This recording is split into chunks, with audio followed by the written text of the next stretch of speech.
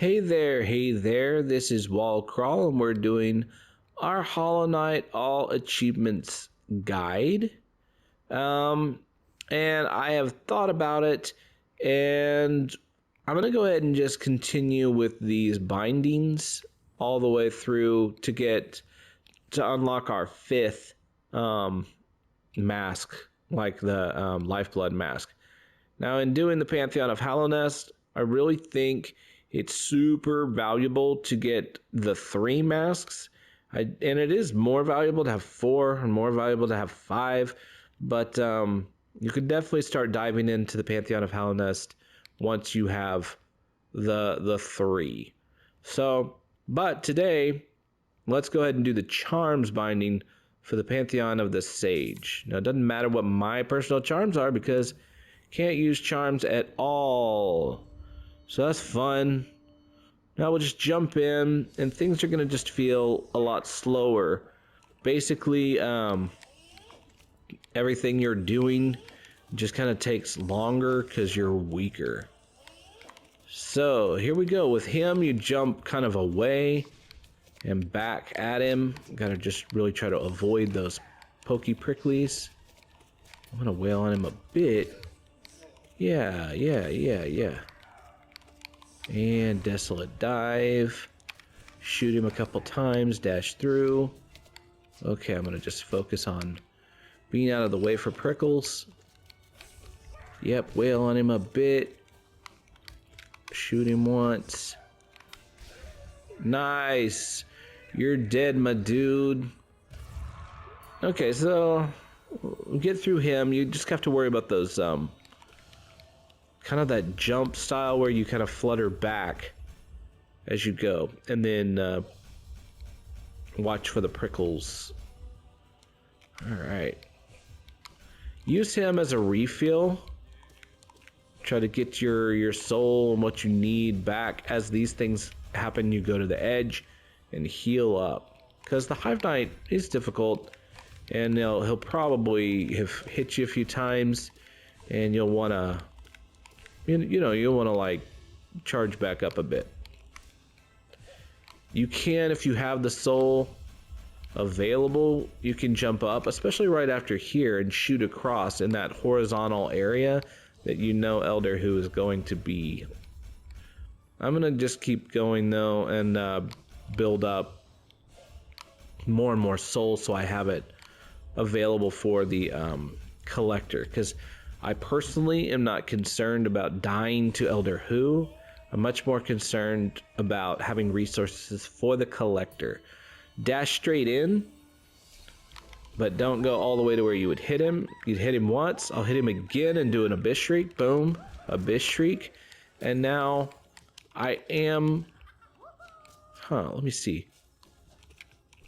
Yeah, okay. I was thinking I couldn't kill them in one hit. So, but that's okay. You're just I'm gonna go ahead and charge it and use a helicopter slash on him. I'm gonna clean the floor there, and you'll just basically want to make sure your main attention goes to these things that come across the bottom. And if you can't get them all, like these last few have been for me, you're gonna want to use like a Shade Soul Blast to get across the bottom and clean them up. It's ideal to do it when the collector's also there. That way you hit him as well.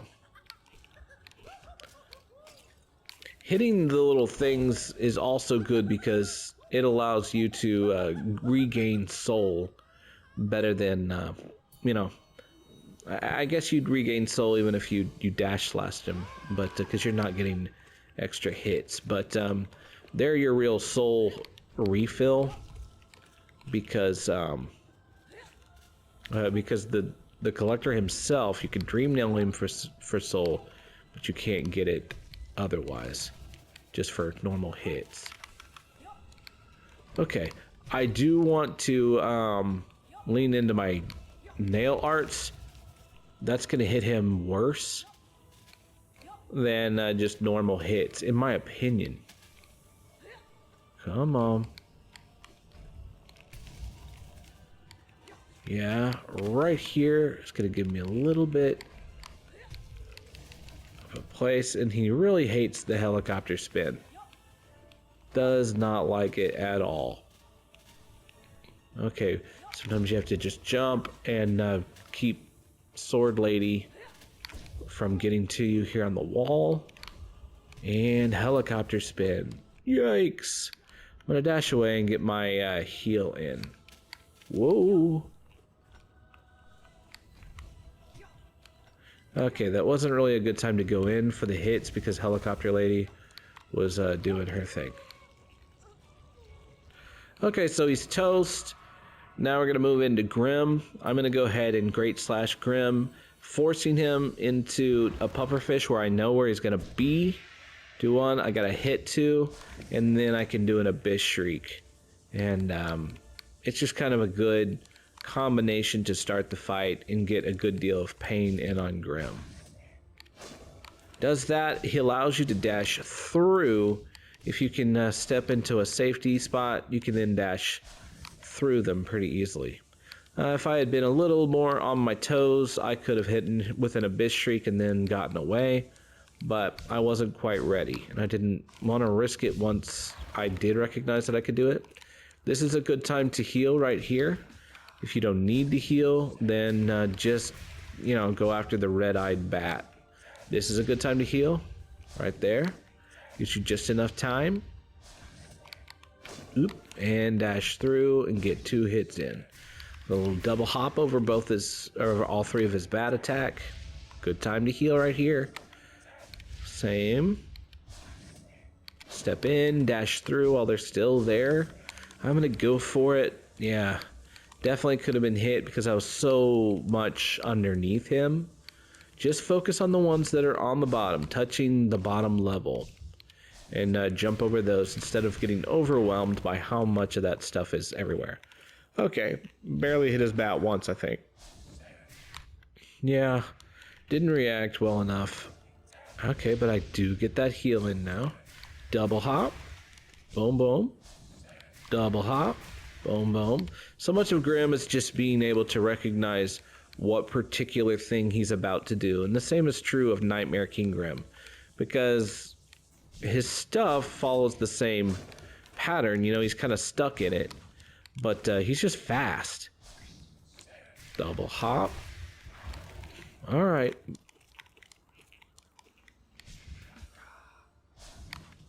Pogo, and he's toast. He's done, he's done.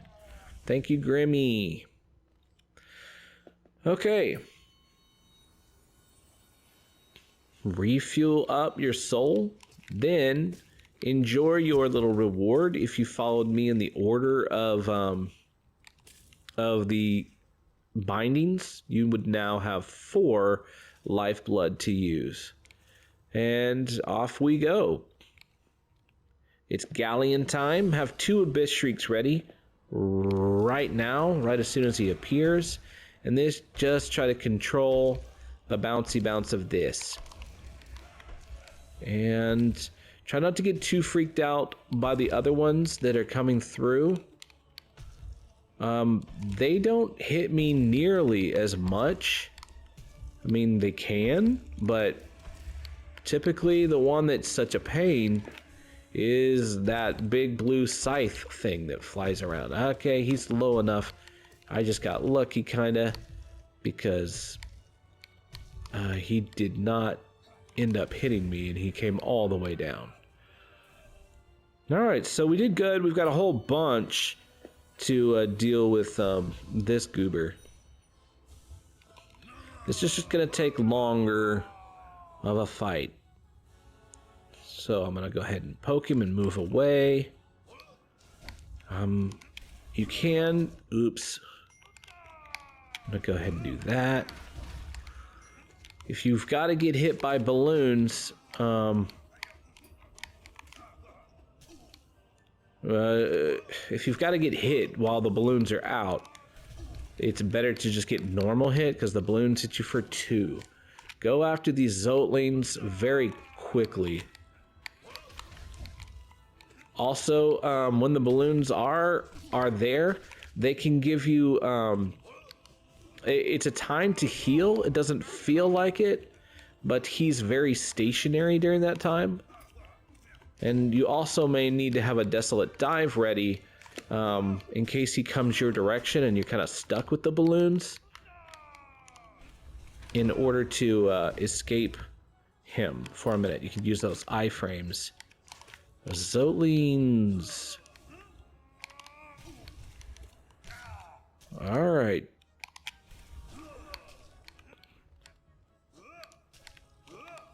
Okay, dude. So, okay, there's my Desolate Dive that freed me from taking a hit. Desolate Dive again as he comes through. Okay, if you can try to wait a little bit longer than what feels natural. Ooh. To pogo him, you can get more damage in on him. Darn, I actually didn't really do it well right there. Okay, so he totally took away all my masks.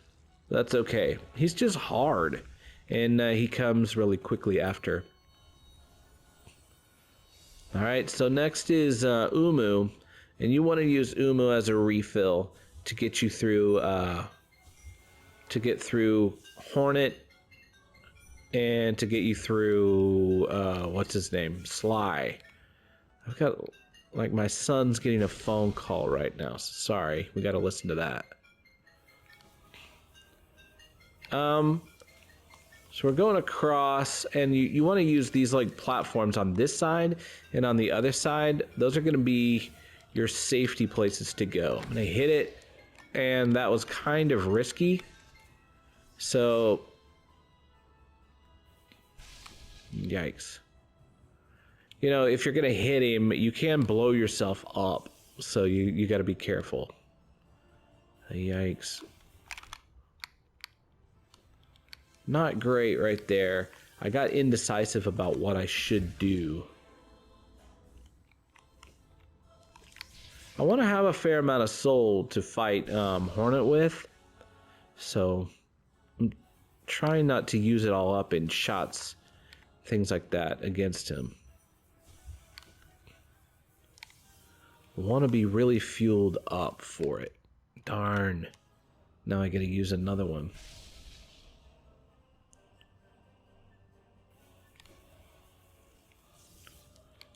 Get a Dream Nail in. I am gonna shoot him. And there we go. I don't have a ton of soul. I'm going to try to get another hit in. And that gave me another one, so that's good. If you can find any little jellyfish to use. Okay, she's just the same fight. You just have to, you know, ticky-tack at her. You have, you're weakened. So, what I do is I try to pogo her as she attacks. And I could go after her once and kind of retreat when she does her nail. Otherwise, be ready to just, not her nail, her needle. But otherwise, be ready to just jump up and pogo. Now, when she makes all those things appear, those little sticker things, they need to be your priority. So either go and clean them out with your nail, or clean them out with soul. And when you have Shaman Stone, the area of your Shade Soul Blast is much wider. And so you can't clear them out nearly as easily. So that's definitely a bit of a pain. But they will totally mess up the playing field so much that they've just got to be a high priority. Alright, gonna get my heal in.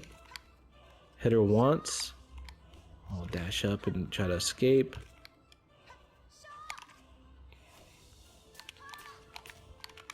She takes forever on the fight where if you do the all binding simultaneously, this fight feels like a long time. Now she's really leaning into those particular things. We don't have any more soul. Okay, good. She was about to make it to where we kind of had to abandon shooting them and moving on to only hitting them with our nail. All right, so she's done. Try to heal up as much as possible, and we're going to use our great slash technique against Sly. Now, what Sly, he basically has a really clear and standard set of attacks. So once you can get used to them, you can, right when he's available after committing to them, you can hit him with a great slash. He does this, jump up and towards him. And you basically, I'm just charging a great slash right after. On that attack where he comes down towards the ground, try not to get too far away from him. I did that too quickly, and so that's why. Nah. Come on, Sly.